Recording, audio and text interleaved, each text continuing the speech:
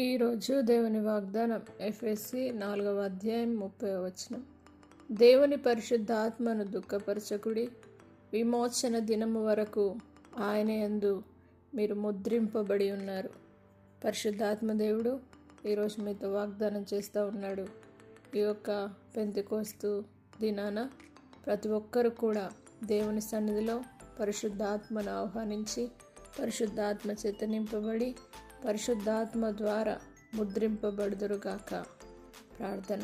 పరిశుద్ధుడా, నమ్మదగిన దేవా, ఎంతమంది అయితే నీ ఆత్మచేత నింపబడ్డారో వారందరినీ ఇంకా కొలత లేని ఆత్మచేత నింపండి.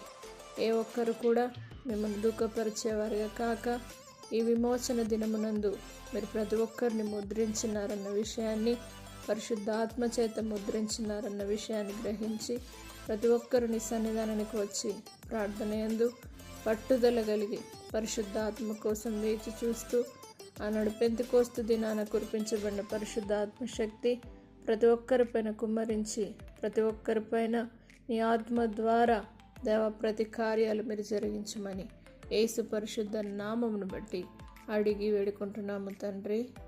ఆమేన్. దేవుడు మిమ్మను దీవించునుగాక.